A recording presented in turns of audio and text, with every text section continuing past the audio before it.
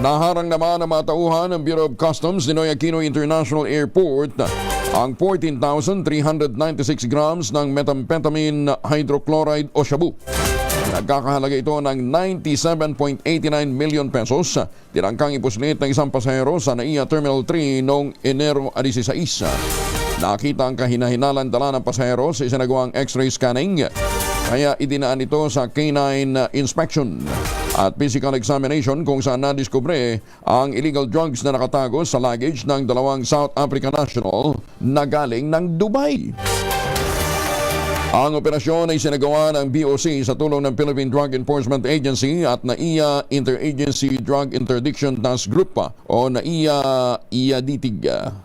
Ang nakumpiskang mga ilegal na droga ay bibigay sa pangangalaga ng PIDEA at magsasagawa naman ito ng investigasyon upang makapagsampa ng kasong paglabag sa Republic Act 9165 o Comprehensive Dangerous Drugs Act of 2002 at ang Republic Act 10863 o Customs Modernization and Tariff Act laban sa mga sospek.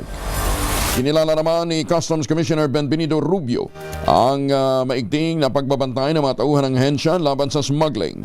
Nangako naman ang BOC NAIA sa ilalim ng pamumuno ni District Collector Attorney Yasmin Mapa, ipagpapatuloy ang maigting na pagbabantay katuwang ang iba pang mga ahensya ng gobyerno upang mapigilan ang smuggling ng illegal na droga at iba pang kontrabando papasok ng bansa.